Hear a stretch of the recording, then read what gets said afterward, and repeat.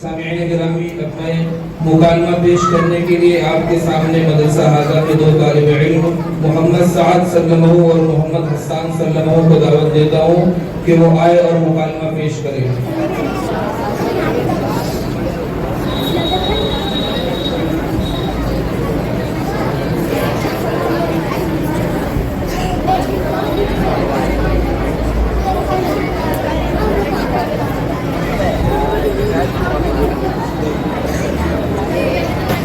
یہ جو مکالمہ آپ کے سامنے پیش کیا جا رہا ہے یہ حقوق والدین کے عنوان سے ہے۔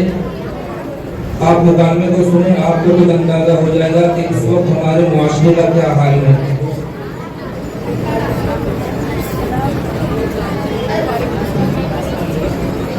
السلام علیکم ورحمۃ اللہ وبرکاتہ۔ وعلیکم السلام ورحمۃ اللہ وبرکاتہ۔ ارے بھائی، بہت بات نظر آ رہے ہو، کہاں غائب ہو گئے تھے؟ سب خیریت تو ہے؟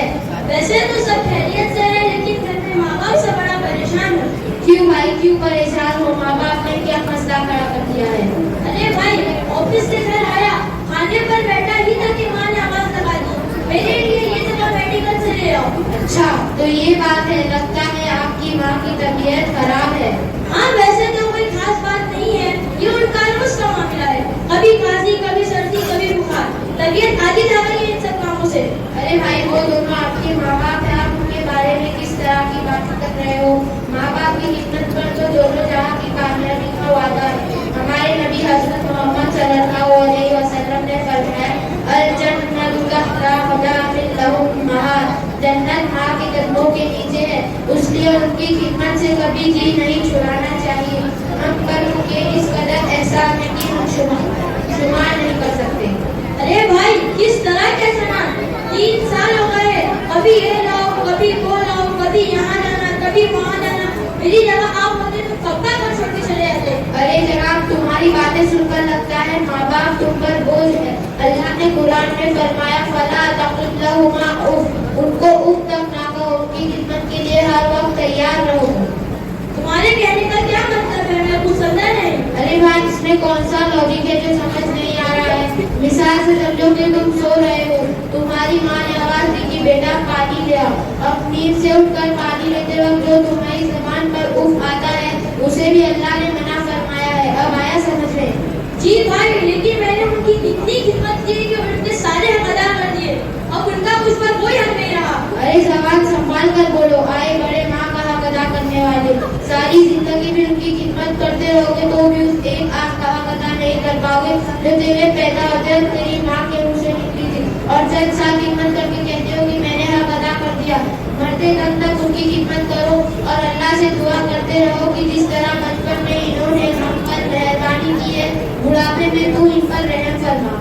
بس کیجیے جناب، میں آپ کی باتیں سمجھ گیا، اب تک کہ میں ان باتوں سے بے خبر تھا۔ اب تو آپ سمجھ ہی گئے ہو کہ ماں باپ کا کیا مقام ہے، لیکن کچھ بدنصیب ایسے ہیں جو اپنے ماں باپ کو مارتے ہیں، انہیں گالیاں دیتے ہیں، کچھ تو ایسے ہیں جو انہیں گھر سے باہر نکال دیتے ہیں۔ اللہ ہم سب کی حفاظت فرمائے۔ جی بھائی، آج میں اس جلسے میں آپ سب کے سامنے یہ وعدہ کرتا ہوں کہ مرتے دم تک کہ میں ماں باپ کی خدمت کرتا رہوں گا۔ جی ضرور، اللہ آپ کو آپ کے ماں باپ کی آنکھوں کی ٹھنڈک بنائے۔ اچھا، پھر ملیں گے۔ السلام علیکم ورحمۃ اللہ وبرکاتہ۔ جی، مجھے بھی ماں کی دوا لینے میڈیکل جانا ہے۔ وعلیکم السلام ورحمۃ اللہ وبرکاتہ۔ ماشاءاللہ، یہ تھے محمد سعد اور محمد حسان جو آپ کے سامنے والدین کے حقوق پر مکالمہ پیش کر رہے تھے، اور اس مکالمے کے ذریعے ہمیں یہ میسج اور پیغام دیا ہے کہ ہمیں مرتے دم تک اپنے والدین کی خدمت کرنا چاہیے۔ آج ہمارے معاشرے کا یہ حال ہو چکا ہے کہ والدین کی خدمت سے ہم بالکل غافل ہو چکے ہیں۔